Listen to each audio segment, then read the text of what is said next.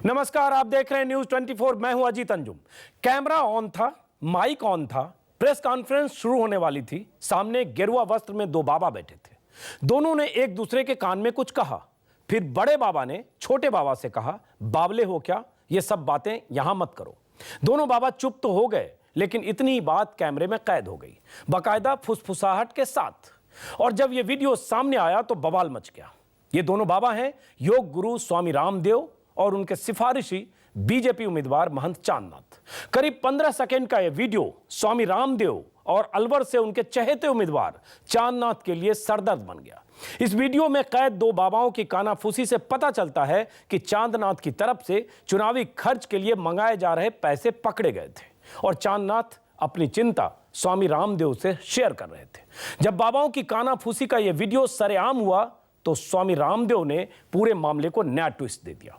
कह दिया कि चांदनाथ तो दूसरों के पैसे की बात कर रहे थे। दूसरी तरफ कैमरों के शिकार हुए चांदनाथ आज पूरे दिन कैमरों से भागते रहे। पूरा वीडियो क्लिप तो हम आपको दिखाएंगे, लेकिन इसके सामने आते ही बीजेपी खेमे में खलबली मच गई। जाहिर है, फजीहत से बचने के लिए बीजेपी बचाव की मुद्रा में आ गई और कांग्रेस हमलावर हो गई। कांग्रेस ने बाबा की नीयत पर सवाल उठाए। एक बार फिर मोदी के प्रचार में काले धन के इस्तेमाल पर अटैक किया। तो सबसे बड़ा सवाल यही है कि क्या बाबा चांदनाथ के चक्कर में बुरे फंस गए स्वामी रामदेव?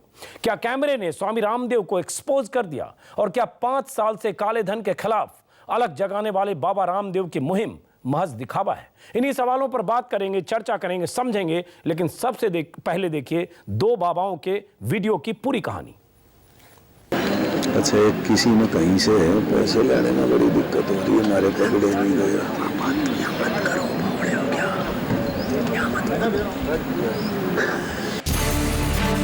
मंच पर गेरुआ वस्त्रधारी दो बाबाओं की खुसर फुसर का मजमून अगर आप अब भी नहीं समझे तो पूरा किस्सा सुन लीजिए।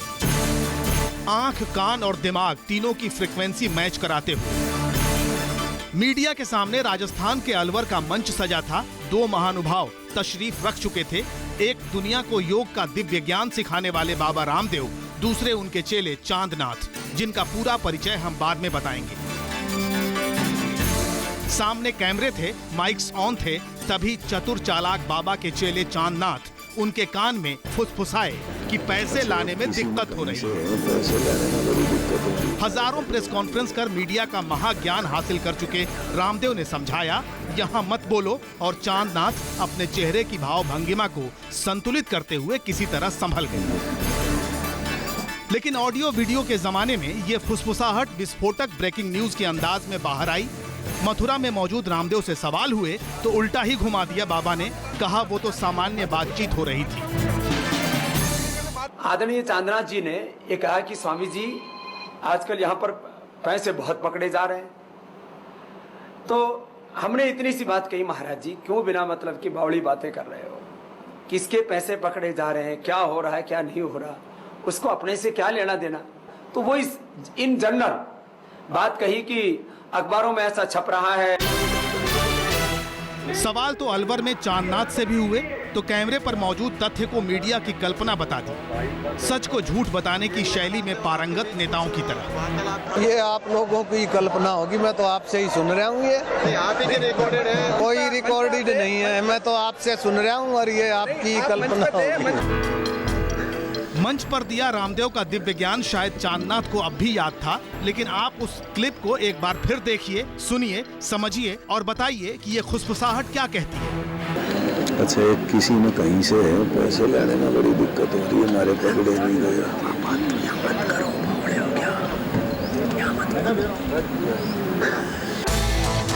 अब जरा चांदनाथ का संक्षिप्त परिचय भी जान लीजिए। महंत हैं, रोहतक से ताल्लुक है, लैंड क्रूजर से चलते हैं, 2003 में विधायक रह चुके हैं। ये उन्हीं की रैली की तस्वीरें हैं। अभी अलवर लोकसभा सीट से बीजेपी के सिफारिशी उम्मीदवार हैं। बाबा रामदेव ने ही इनकी पैरवी भी की थी। काले धन पर छाती पीटने वाले रामदेव का ऐसा वीडियो अवतरित हुआ तो कांग्रेस भला मौके को लपकने में पीछे कैसे रहती।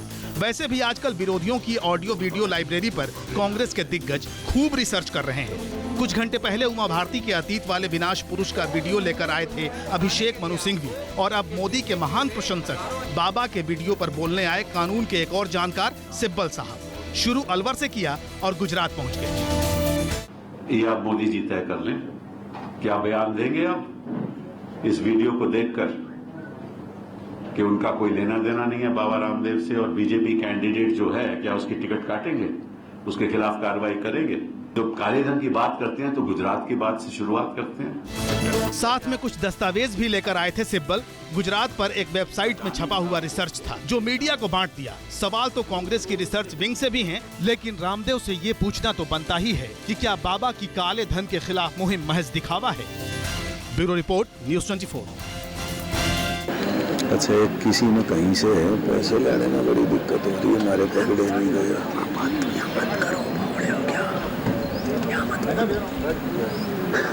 आदरणीय चांदनाथ जी ने ये कहा कि स्वामी जी आजकल यहाँ पर पैसे बहुत पकड़े जा रहे हैं। तो हमने इतनी सी बात कही, महाराज जी क्यों बिना मतलब की बावड़ी बातें कर रहे हो, किसके पैसे पकड़े जा रहे हैं, क्या हो रहा है क्या नहीं हो रहा, उसको अपने से क्या लेना देना। तो वो इन जनरल बात कही कि अखबारों में ऐसा छप रहा है। ये आप लोगों की कल्पना होगी, मैं तो आपसे ही सुन रहा हूँ। ये आप ही रिकॉर्डेड है, कोई रिकॉर्डेड नहीं है, मैं तो आपसे सुन रहा हूँ और ये आपकी कल्पना होगी। तो आपने सुना, स्वामी रामदेव का वीडियो भी देखा, वो फुसफुसाहट भी देखी, स्वामी रामदेव की सफाई भी देखी और साथ में बाबा चांदनाथ का जवाब भी देखा। कोई रिकॉर्डिंग नहीं है, ये आपसे सुन रहा हूं। लेकिन क्या रिकॉर्डिंग है ये आपने देखा। स्वामी रामदेव अलवर में चुनावी मंच पर, जहां चांदनाथ, स्वामी चांदनाथ, बाबा चांदनाथ चुनाव लड़ रहे हैं, बीजेपी के उम्मीदवार हैं और कहा जा रहा है उन्हें टिकट भी स्वामी रामदेव की सिफारिश पर ही बीजेपी ने दिया है। और उसी मंच से जो फुसफुसाहट कैमरे में कैद हुई आपने देखा। हम चाहेंगे एक बार फिर आपको दिखाएं वो वीडियो और उसके बाद बात करेंगे मेहमानों से, बीजेपी, कांग्रेस और तमाम मेहमानों से समझने की कोशिश करेंगे कि क्या इसका मतलब है और क्या स्वामी रामदेव काले धन की जो मुहिम चला रहे हैं उस मुहिम में कुछ दाल में काला है। कहते कुछ हैं, करते कुछ हैं। लेकिन समझिए इस वीडियो में जहां स्वामी रामदेव को उनके जो सहयोगी हैं चांदनाथ, जो उम्मीदवार है बीजेपी के, वो उनसे कहते हैं पैसे लाने में बड़ी दिक्कत हो रही है, मेरे तो पकड़े भी गए। और बाबा रामदेव कहते हैं ये सब बात यहां पर मत करो, बावले हो क्या, यहां मत बोलो, जरा सुनिए। उसके बाद बताते हैं उसी अलवर में 3 दिन में लाखों रुपए पकड़े गए हैं, ये किसके हैं। लेकिन उससे पहले आप सुनिए स्वामी रामदेव और चांदनाथ की फुसफुसाहट का ये वीडियो।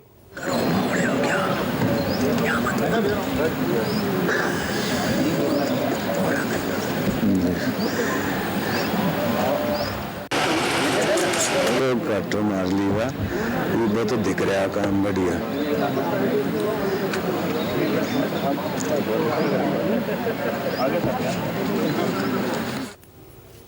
तो बहुत दिलचस्प वीडियो है।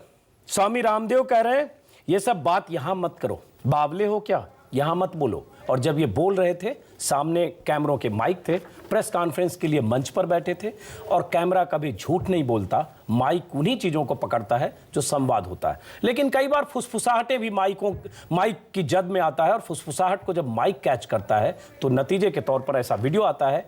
अब बाबा रामदेव कह रहे हैं कि वो तो स्वामी जी किसी और के पैसे का जिक्र कर रहे थे, किसी और के पैसे पकड़े गए थे, उसकी चिंता व्यक्त कर रहे थे और मैंने कहा ये बातें यहां मत करो। और चांद बाबा कह रहे हैं जो उम्मीदवार है बीजेपी के, वो कह रहे हैं तो काल्पनिक बातें, ऐसा तो ऐसी कोई रिकॉर्डिंग ही नहीं है। लेकिन रिकॉर्डिंग आपके सामने, इस पर चर्चा करेंगे। स्टूडियो में हमारे साथ है स्वामी दीपांकर जी महाराज, मीम अफजल, कांग्रेस के प्रवक्ता, वेद प्रकाश वैदिक बाबा रामदेव के काफी करीबी हैं, और अनुराग मित्तल एडीआर से जुड़े रहे हैं और वित्तीय सलाहकार हैं। काला धन के मामलों पर समझने की कोशिश करेंगे कि चुनाव में काला धन का क्या और कैसे इस्तेमाल होता है। और सबसे पहले सवाल, वेद प्रताप वैदिक जी वरिष्ठ पत्रकार भी रहे, लेकिन स्वामी रामदेव के आंदोलन में, काला धन के खिलाफ मुहिम में सहयोगी हैं। वैदिक जी, यह वीडियो देश ने देखा, दर्शकों ने देखा, आपने भी देखा होगा, पहले आपकी राय जानना चाहते हैं इस वीडियो के बारे में। जी जी,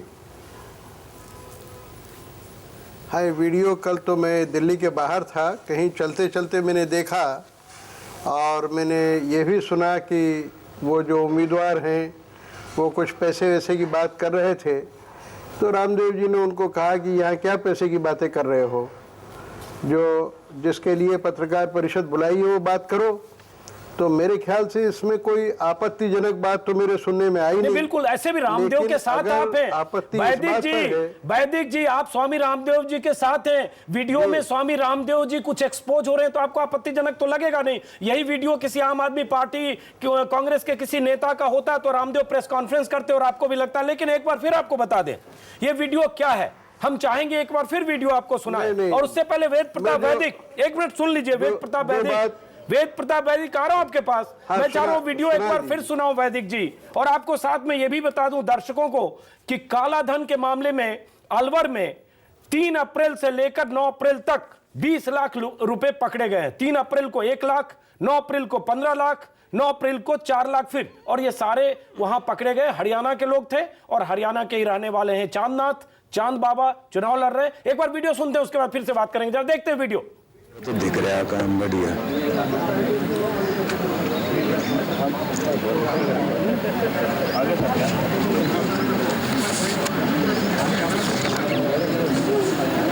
अच्छा हमारे पकड़े नहीं गए।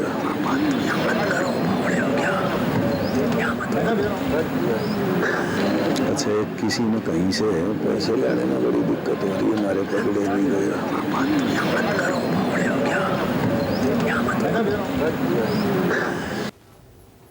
तो आपने सुना वीडियो में कह रहे हैं चांदनाथ जो उम्मीदवार है बीजेपी के अलवर से, पैसे लाने में बड़ी दिक्कत हो रही है, मेरे तो पकड़े भी गए।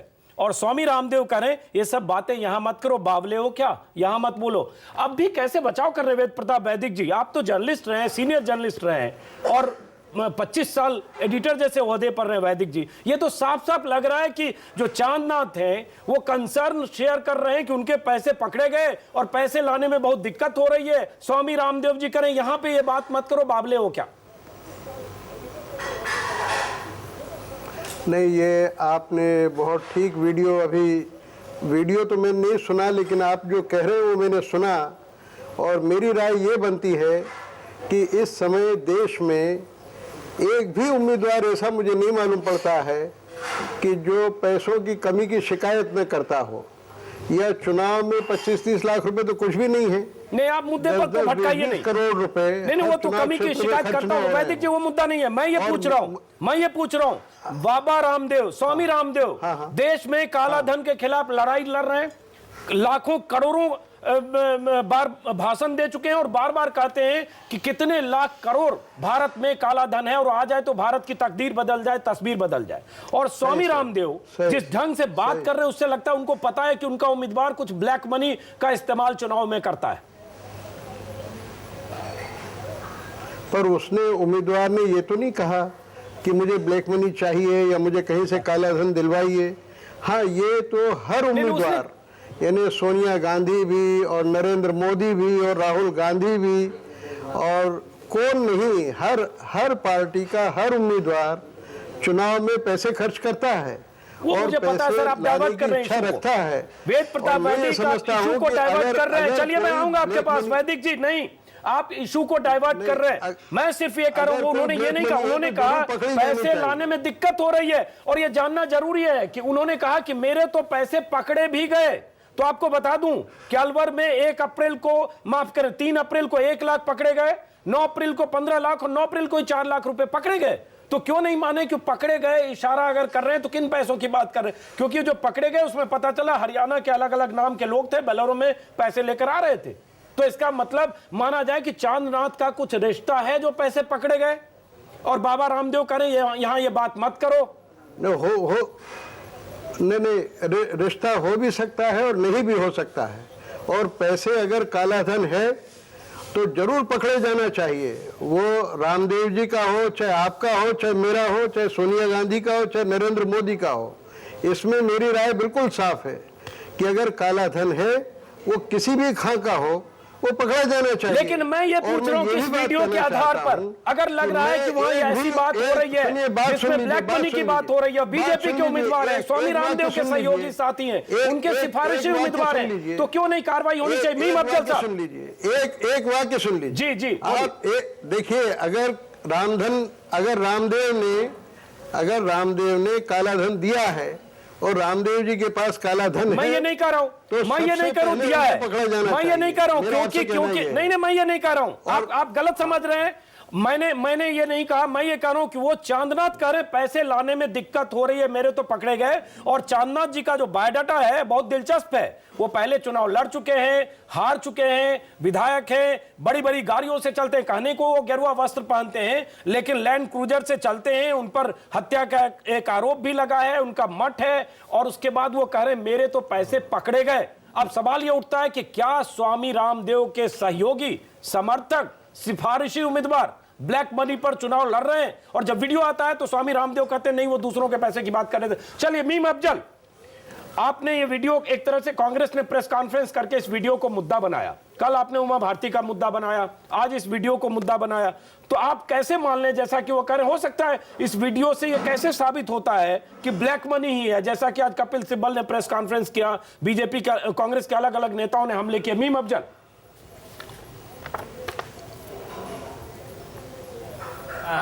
अजीत अंजुम जी, मैं जरा बड़ा सवाल उठाना चाहता हूं, बड़ा अहम आपने इस इशू को लिया है।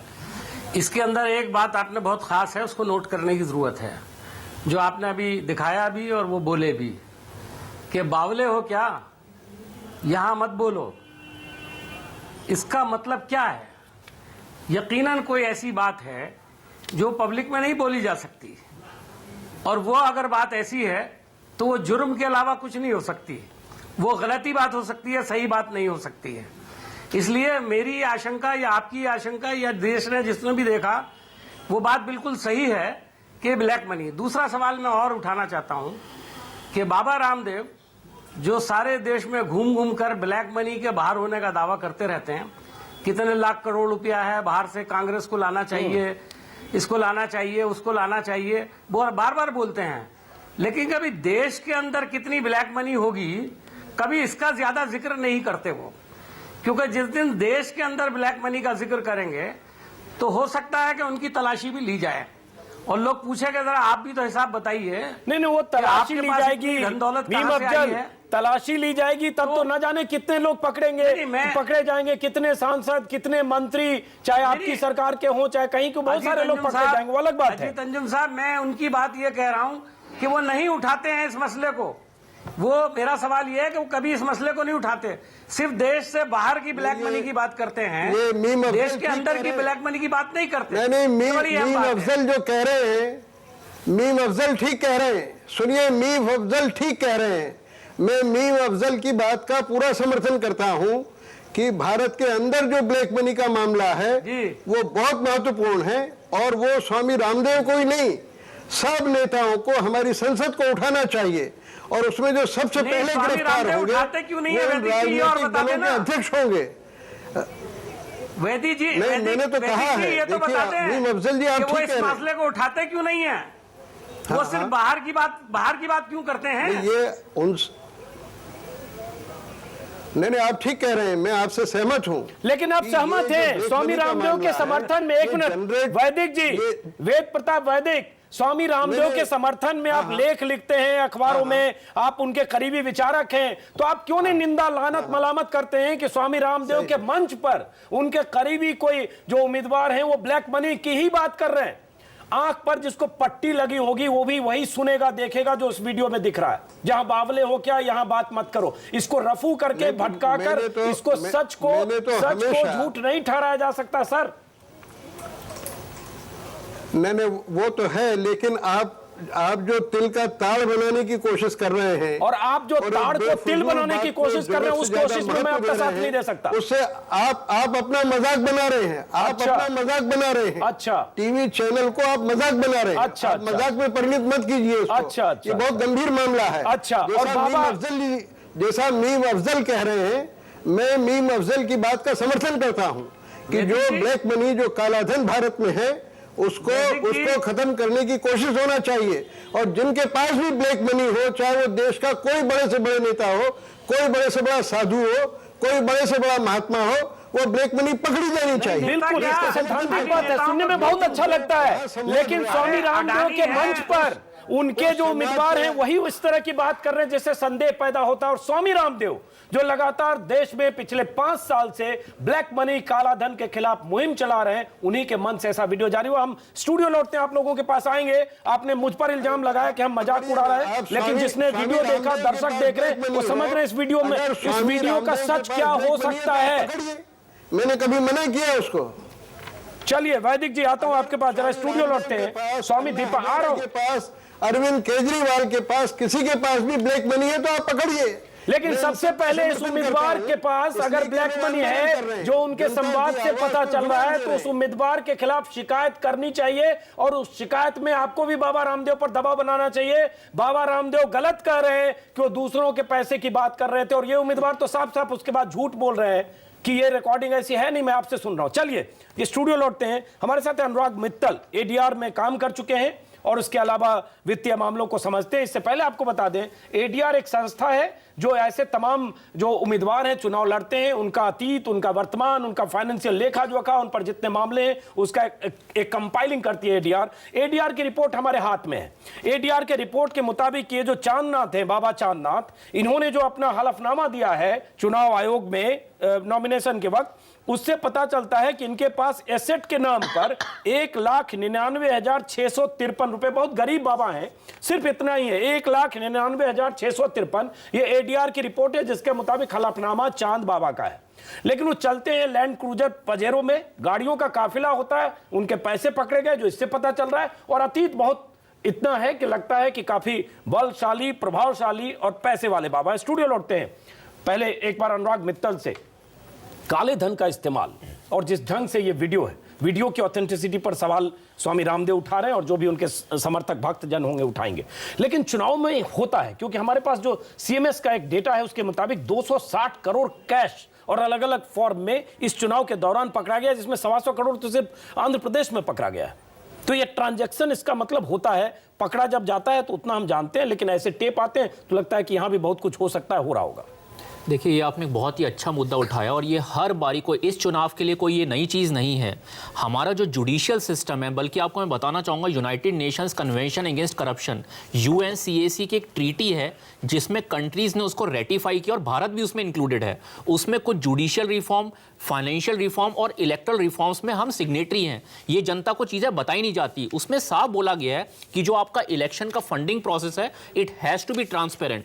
बाहर की कंट्रीज़ ने कर लिया, लेकिन वो आज की डेट में यहां तक नहीं है। यहां इसका मतलब ट्रांजैक्शन बहुत होता है, बहुत ज्यादा। अभी सीएमएस की रिपोर्ट है कि 10,000 करोड़, 8 से 10,000 करोड़ का खर्चा ब्लैक मनी इसी चुनाव में होने वाला है। आपको मैं जो बता रहा हूं, बल्कि इस 8 से 10,000 करोड़ का 10 से 15% वोट फॉर कैश है। बिल्कुल बिल्कुल। ये जो आपको मैं इसमें आंकड़े बल्कि मैं आपको बताऊंगा, चाहे एडीआर की रिपोर्ट से ही मैं आपको बोलूंगा, 75 से 80%, 75 से 80% जो पॉलिटिकल पार्टीज की फंडिंग है वो कैश ट्रांजैक्शंस के बेसिस पे है। यानी कि 20,000 से नीचे का जो कॉर्पस है, मल्टीपल लोगों ने 20-20 हजार की उनकी जो डोनेशन दी है वो 20,000 से ऊपर है ही नहीं, जो 75% उनका टोटल कॉर्पस बनता है।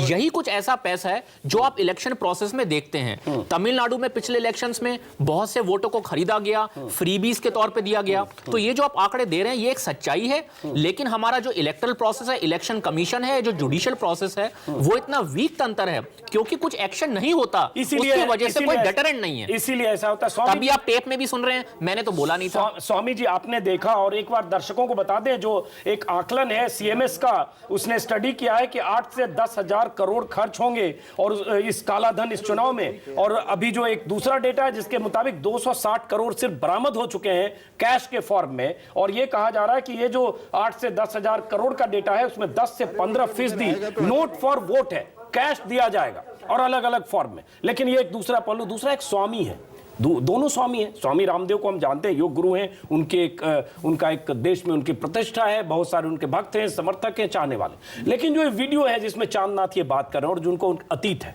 वो लगता है कि आपको पहले तो मैं समझना चाहूंगा इस वीडियो देखकर आपको क्या लगता है? अजीत भाई, इस वीडियो को हमने देखा और इस बहस को भी हमने सुना। हमारा अपना मानना यह है, इस वीडियो को देखकर जो चांदनाथ बात कर रहे हैं, महंत चांदनाथ, सुनने में यह आया था कि इनको टिकट भी दिलवाने वाले स्वामी रामदेव ही थे।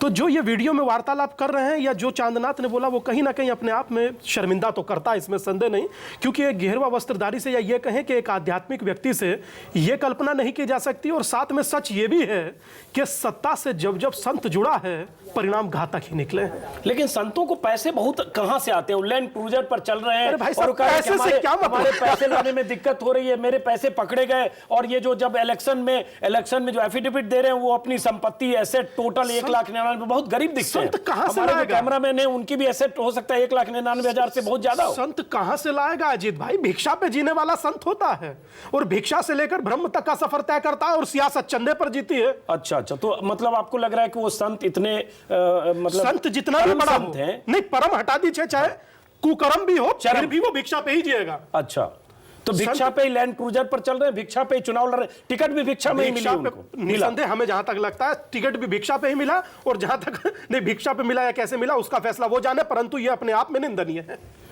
चलिए ब्रेक के बाद वापस लौटते हैं, चूंकि देर से हमारे साथ जुड़ी है शाइना एनसी मुंबई से बीजेपी की तरफ से। ब्रेक के बाद वापस लौटेंगे, शाइना एनसी के पास चलेंगे, बाकी मेहमानों के पास, और समझने की कोशिश करेंगे दो बाबाओं का जो टेप सामने आया है, ये टेप क्या कहता है। और सवाल ये रामदेव की मंशा पर संदेह पैदा करता है। रामदेव पूरे देश में अलग जगा रहे काला धन के खिलाफ, तमाम नेताओं पर हमले करते हैं, विदेशों में करोड़ों लाखों काला धन की बात करते हैं और काला धन मंगाने की वकालत करते हैं। और रामदेव मंच पर जिस ढंग से संवाद करते हैं, उस संवाद से जो सामने आता है उससे लगता है जरूर दाल में कुछ काला है। ब्रेक के बाद आपका स्वागत है। दो बाबाओं का एक टेप सामने आया है। एक बाबा योग गुरु स्वामी रामदेव, दूसरे बाबा चांदनाथ, अलवर से बीजेपी के उम्मीदवार। दोनों बाबा मंच पर प्रेस कॉन्फ्रेंस करने से पहले कुछ बात कर रहे थे। उसमें एक बाबा चांदनाथ जो बीजेपी के उम्मीदवार हैं, उन्होंने कहा फुसफुसाते हुए, पैसे लाने में बड़ी दिक्कत हो रही है, मेरे तो पकड़े भी गए। स्वामी रामदेव को कहते हैं। स्वामी रामदेव करीब आते हैं, कान में कहते हैं, ये सब बात यहां पर मत करो, बावले हो क्या, यहां मत बोलो। उसके बाद दोनों शांत हो जाते हैं, लेकिन कैमरा और माइक उन दोनों के इस संवाद को कैच करता है। वीडियो सामने है और सवाल पूछने पर स्वामी रामदेव कहते हैं कि चांदनाथ दूसरों के पैसे का जिक्र कर रहे थे जिनका पैसा पकड़ा गया, तो मैंने कहा ये बातें यहां मत करो। और जब चांदनाथ से हमारे संवाददाता दिन भर उनका पीछा करके उनसे पूछने की कोशिश करते हैं, वो कहते हैं ऐसी रिकॉर्डिंग तो हमने देखी नहीं, आपने कहां से देखी, आपकी कल्पना है। इसी को समझने की कोशिश करते हैं। शाइना एनसी, चूंकि आप देर से आए हैं, शाइना एनसी ये वीडियो आपने भी देखा होगा, पहले आपका फर्स्ट रिएक्शन, ये फैब्रिकेटेड है, कॉन्कॉक्टेड है, गलत है, क्या है आपका फर्स्ट रिएक्शन? मैं कोई जजमेंट नहीं दे सकती हूँ, क्योंकि स्वाभाविक रूप से जब टेस्टिंग के बाद पता चलेगा कि ये जो कट पेस्ट है या हकीकत में ये कॉन्वर्सेशन ऐसा ही हुआ, या फिर जो आज के ज़माने में जहाँ आरोप के ऊपर प्रत्यारोप भी रहते हैं, क्या ये एक पॉलिटिकल कोई रणनीति है कि इसकी एक साजिश है, ये सभी सवाल के जवाब मैं नहीं दे सकती हूँ। लेकिन मैं ज़रूर एक जवाब दे सकती हूँ। महाराष्ट्र मैं देखिए, जहां आपने पहले चर्चा और सवाल किया था कि पॉलिटिकल फंडिंग को लेके बहुत सारे प्रश्न चिन्ह उठते हैं। मैं मानती हूं कि स्वाभाविक रूप से ऑनलाइन गेटवेज नहीं शाइना एनसी, उस पर मैं बात अभी नहीं कर रहा हूं, पहले इसका मुद्दे पर आते हैं, क्योंकि आप देर से आए। शाइना एनसी, पहले मुद्दे पर। स्वामी रामदेव देश में काला धन के खिलाफ एक मुहिम चला रहे हैं, विदेशों से लाखों करोड़ों काला धन मंगाने की बात कर रहे हैं, इसी शर्त पर बीजेपी को समर्थन देने का ऐलान कर चुके हैं। और स्वामी रामदेव की मौजूदगी में अगर उनके उम्मीदवार, मैं दर्शकों को बता दूं, आपको पता होगा, शायद ना पता हो तो आपको भी बता दूं कि चांदनाथ स्वामी रामदेव के ही उम्मीदवार हैं और उन्होंने ही टिकट दिलवाया।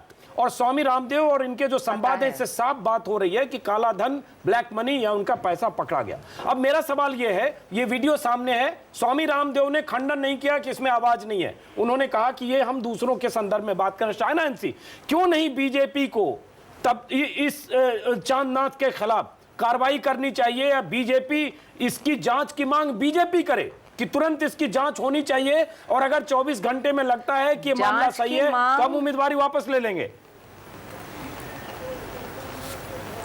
जांच की मांग हम स्वाभाविक रूप से करेंगे और मुझे नहीं लगता है कि कोई दो मत या दो राय हो सकता है उसके प्रति। लेकिन जो ये कोई कंकॉक्टेड एडिट है या फिर कट पेस्ट का जॉब है, वो जांच के बाद ही पता चलेगा। और आप जिस ढंग से आरोप पे प्रत्यारोप कर रहे हैं वो आपका हक बनता है, लेकिन बाबा रामदेव भारतीय जनता पार्टी के सदस्य नहीं हैं। आज देश भर में वेल विशर है भारतीय जनता पार्टी के किसी भी सदस्य, माफ करिए शायना, बीजेपी के किसी भी सदस्य, उनकी हैसियत बहुत ज्यादा है, फिर आपको इतना पता होगा और देश की जनता भी समझती है। आप मुझे कटघरे में नहीं डाल सकते हैं किसी दो व्यक्ति के चर्चा के आधार के ऊपर। जो वो चर्चा हुई थी, वो चर्चा कौन सा था, रेफरेंस टू कॉन्टेक्स्ट, क्या ये ऐसे ही हुआ था या फिर इसके पहले और इसके बाद कुछ और बोला गया था, ये सब जांच के बाद ही पता चलेगा। जहां तक पॉलिटिकल फंडिंग का सवाल है, भारतीय जनता पार्टी हमेशा कह रही है कि लेजिट रूप से हम चाहते हैं कि सब खुले आम और ज्यादा से ज्यादा लोग जुटे इलेक्शन के। ठीक है, वो सब बातें तो हर पार्टी कहती है, बीजेपी भी कह रही है, लेकिन जब यहाँ सवाल उठता है कि आपके उम्मीदवार यहाँ जिस ढंग से कैमरे में कैद हुए वो बहुत संदिग्ध है, और शायना एनसी रामदेव को आप ये कहकर नहीं रामदेव से पीछा छुड़ा सकती हैं कि बीजेपी के सदस्य नहीं है।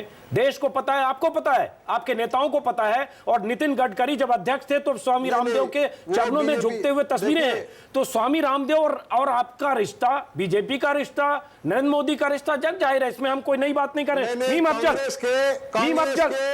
सुनिए अंजुम जी सुनिए जी, वैदिक जी नौकरी मत बजाइए, मेरी बात सुनिए वैदिक जी। मुझे लगता है संवादों में अगर इस तरह की बात करेंगे, थोड़ी मर्यादा रखें वैदिक जी। आप अगर अपनी मर्यादा का निर्वाह करेंगे तो मैं भी करूंगा। आप बात नहीं सुन रहे। हाँ, लेकिन आप अपनी मर्यादा खोएंगे तो मुश्किल होगी। आपने अभी कहा, आपने ये कहा, देखिए गलत बात मत कहिए, आप गलत बात कहेंगे मैं डट के विरोध करूंगा उसका। जी बोलिए। आपने अभी कहा कि बीजेपी का अध्यक्ष रामदेव के चरणों में झुक रहा था। अरे भारत का राष्ट्रपति आज जो है प्रणब मुखर्जी, हाँ तो क्या गलत है? ने क्या किया? वेद प्रताप वैदिक जी, नितिन गडकरी की तस्वीरें हैं, गूगल पे सर्च करिए, मिल जाएगी। हो सकता है आप भी साथ गए हो। इसमें एतराज की कौन सी बात है? पवन बंसल, ये सब लोग होंगे, लालू यादव भी हैं, चरणों में झुके हुए थे। सर लालू यादव भी हैं, बहुत मुख्यमंत्री हैं, कई राज्यों के मुख्यमंत्री हैं। मैं कहाँ कह रहा हूँ? शर्म नहीं आई? मैं कहा क्या कर रहे हैं आप सर्टिफिकेट दे रहे हैं? आप सर्टिफिकेट देने वाले कौन होते? वैदिक जी आप गलत ढंग से, वैदिक जी आप गलत ढंग से चीजों को समझ रहे हैं। बात करते हैं आप। वैदिक जी चैनल की विश्वसनीयता घटा रहे हैं। वैदिक जी दूरदर्शन का ये चैनल का महत्व घटा रहे हैं। देश को बेस की तरह नहीं चलने दे रहे। वैदिक जी बोलने दीजिए हमको, वैदिक जी करने दीजिए हमको। वैदिक जी एक मिनट सुन लीजिए, वैदिक जी एक मिनट सुन लीजिए। आप बातों को गलत ढंग से ले जा रहे हैं। किस कोई उनके चरणों में झुकता है, कोई प्रणाम करता है, उस पर मैं कोई एतराजी नहीं जता रहा हूं। और छोड़िए नितिन गडकरी, दर्जनों नेता, दर्जनों सांसद झुकते होंगे, उस पर मैं कहां सवाल खड़े करूं? आपने गलत ढंग से चीजों को समझा। प्रणब मुखर्जी कौन है? मैंने सिर्फ ये कहा बीजेपी कौन है? कौन?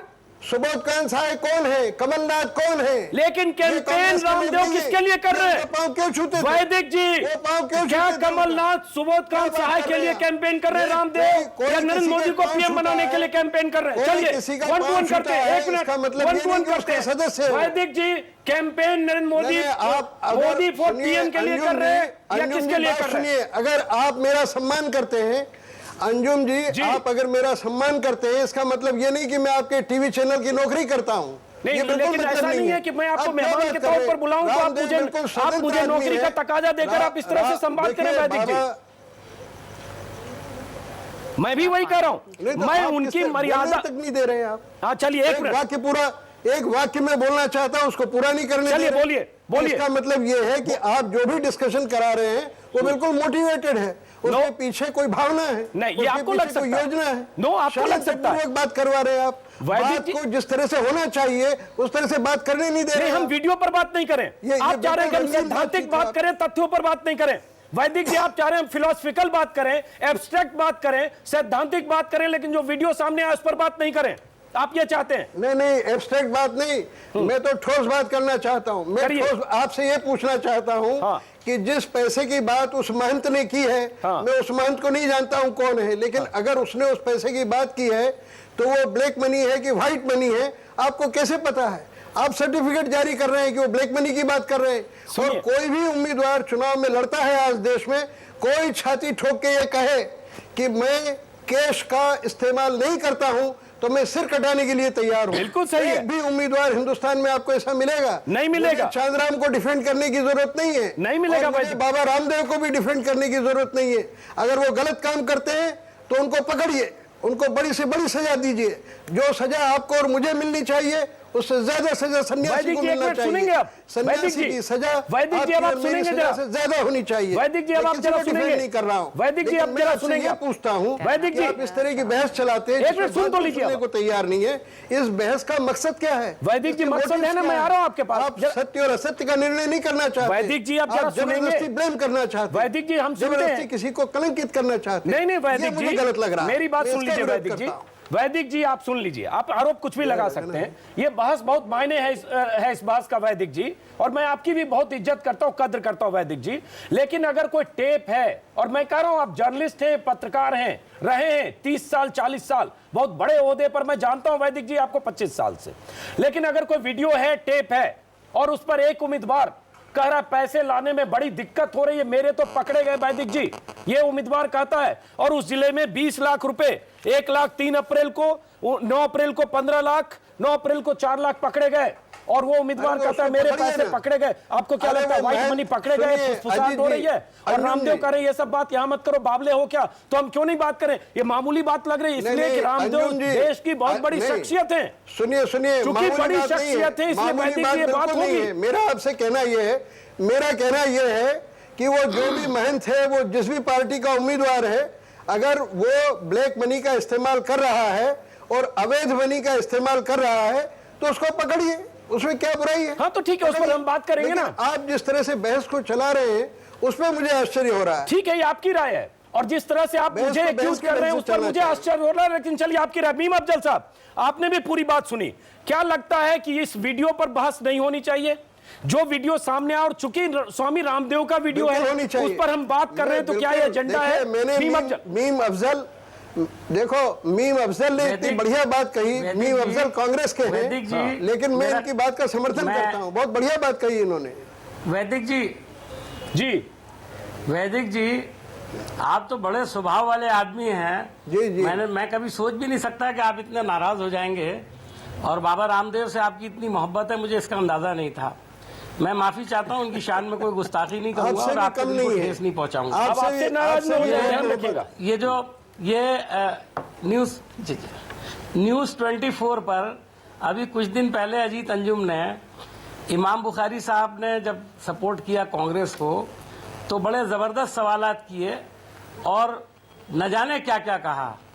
तो बहुत सारे लोग ऐसे हैं जो उनसे हताश हुए होंगे, वो भी ये कह सकते थे कि आप बाकायदा ये प्रोपेगेंडा बुखारी साहब को और कांग्रेस को बदनाम करने के लिए कर रहे हैं।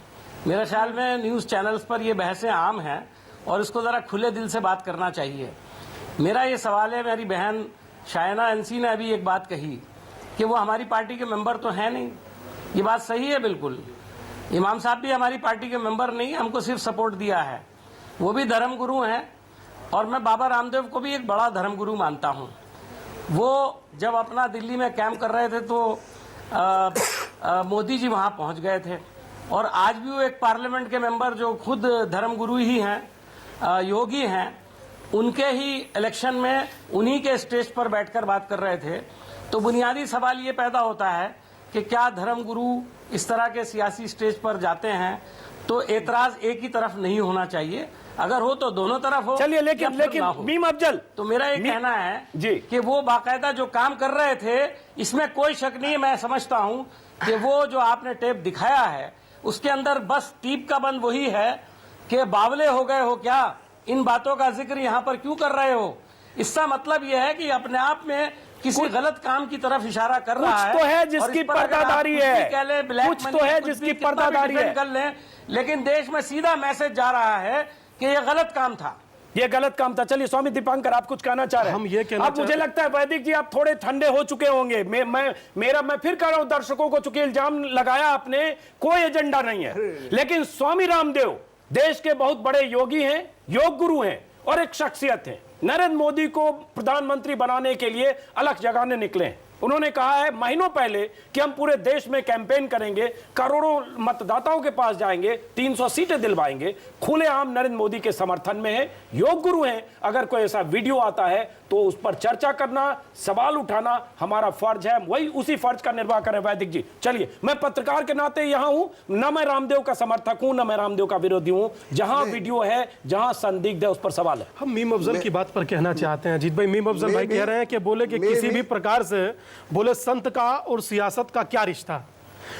हमें ये नहीं समझ में आता, जब जरूरत होती है तो हर कोई किसी आध्यात्मिक गुरु की, चाहे कल्बे जद्दाद हो, चाहे इमाम बुखारी हो, चाहे स्वामी रामदेव हो, चाहे कोई भी हो, हर कोई माथा टेकने पहुंच जाता है और अगर जो काम हो जाता है तो धर्मनिरपेक्ष हो जाते हैं।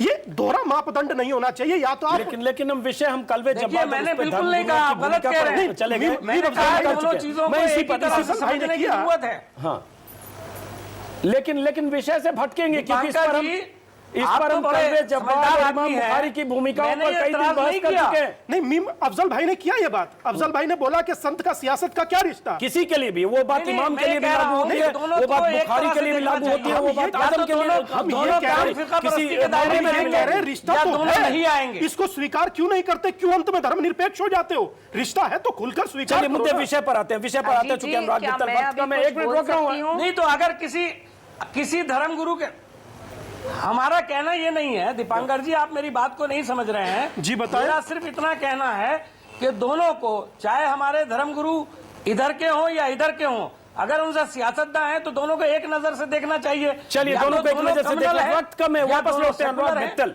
चूंकि वक्त कम बात करता है। ये कहा जा रहा है कि 10,000 करोड़ का काला धन इन चुनाव में खर्च। आ रहा हूं शाहनान जी, आपके पास आ रहा हूं 30 सेकंड, चूंकि वक्त कम है, कि इसको किस तरह से चुनाव में इस्तेमाल होता है। अगर हम बिटवीन द लाइन समझने की कोशिश करें, कहा जाता है कि वोट के लिए भी खर्चे, पैसे दिए जाते हैं, कैश में खर्च किया जाता है। ये रिसर्च इस बात की तस्दीक तो करता है कि चुनाव में ऐसा होता है, इस बार भी हो रहा होगा। जी बिल्कुल, ये जो कैश है जो यूज होता है, ये वोट परचेजिंग के लिए यूज होता है या वोट के थ्रू वेरियस सामान खरीद के, चाहे वो साड़ीज हो गए, नोट फॉर वोट, बिल्कुल ये होता है और ये एनालिसिस में निकल कर रहा है। दूसरी चीज, अभी आपने देखा कि वो कह रहे हैं मेरे तो पकड़े गए, बल्कि इसको इस तरीके से कवर अप करता है कि ठीक है ये कैंडिडेट के नाम नहीं, ये पार्टी के नाम पे एक्सपेंडिचर था और मैंने तो इसकी एक्सपेंडिचर रिपोर्ट बना रखी है। तो कैश की हैवी इन्वॉल्वमेंट है, बड़े नोट हो, प्लास्टिक मनी है नहीं, और गरीबी इतनी है क्योंकि इस तरीके से सिस्टम बनाया गया है ताकि मैं लोगों को खरीद सकूं। मनी लॉन्ड्रिंग के थ्रू ये आता है, रियल एस्टेट ट्रांजैक्शंस और जो डिवैल्यूएशन ऑफ करेंसी होती है उसके थ्रू ये इकोनॉमी में पैसा आता है। कोई हिसाब किताब नहीं होता, कोई नहीं, इतनी मल्टीपल अथॉरिटीज हैं। शाहनान सी, वक्त कम है। शाहनान सी, आपने पूरी बातचीत को सुना। चूंकि बीजेपी एक साफ सुथरी पार्टी होने का दावा करती है, नरेंद्र मोदी भी अपनी रैलियों में काला धन लाने, काला धन के खिलाफ मुहिम चलाने, काला धन वालों को जेल भेजने और तमाम तरह की बातें करते हैं अपने भाषणों में। लेकिन यहां संदेह पैदा होता है कि बीजेपी के उम्मीदवार भी काले धन का इस्तेमाल कर रहे हैं। इस वीडियो से यही संदेह पैदा होता है। शाहनान सी, अरे क्यों नहीं करेंगे भाई? अच्छा, क्यों नहीं करेंगे? बहुत अच्छी बात कही। पार्टी ऐसी नहीं है जिसके उम्मीदवार काले धन का इस्तेमाल नहीं करते। तालियां आपके इस बयान पर वैदिक जी की क्यों नहीं करेंगे? आपने कहा बीजेपी के लिए काले धन का इस्तेमाल बीजेपी क्यों नहीं करेगी? तालियां।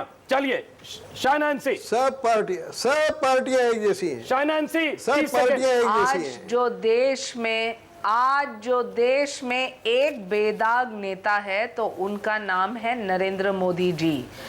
जो आप इसके ऊपर कोई भी प्रश्न चिन्ह उठा सकते हैं तो हम सब राजनीति से गायब हो जाएं। लेकिन जो समझ लीजिए अभी आप, मैंने आपको सुना, आप मुझे एक मौका दीजिए। बस 30,000 पब्लिसिटी हो रही है लड़ने और इनसे ज्यादा ईमानदार आदमी देश में कोई पैदा नहीं हुआ। इलेक्शन लड़ने में पैसे लगता है और जो कोई लिमिट होनी चाहिए। एक मिनट, वक्त कम है, मुझे एक मिनट नीम अफजल 30 सेकंड नीम अफजल, एक मिनट शाहनान सी 30 सेकंड में अपनी बात खत्म करिए। तो मैं नहीं बोलूं। शाहनान सी 30 सेकंड। मैं सिर्फ ये कहना चाहती हूँ कि हकीकत ये है कि इलेक्शन लड़ने के लिए पैसा लगता है। अभी वो पैसा कहाँ से आ सकता है और किस ढंग से आना चाहिए, इसके ऊपर प्रश्न चिन्ह जरूर इसके ऊपर प्रश्न चिन्ह जरूर है। शाहनवाज यही रोक रहा हूँ और प्रश्न चिन्ह इस वीडियो से भी लगा है। जो वीडियो, एक मिनट रोक रहा हूँ, कार्यक्रम खत्म करना पड़ेगा। शाहनवाज, नरेंद्र मोदी ने कहा था वह समय आएगा जब देश में काले धन के पीछे जो लोग हैं उन्हें सजा मिलेगी। मोदी ने कहा काला धन नहीं, धन काला नहीं होता, यह काले दिमाग की उपज होता है। यह सब नरेंद्र मोदी ने कहा। और मोदी के उम्मीदवार चांदनाथ, अलवर से उम्मीदवार, मंच पर जो उनका संवाद, स्वामी रामदेव से बातचीत, कानाफूसी का जो वीडियो लीक हो रहा है, वो वीडियो एक संदेह पैदा करता है, कहीं बीजेपी के उम्मीदवार काले धन का इस्तेमाल तो नहीं कर रहे।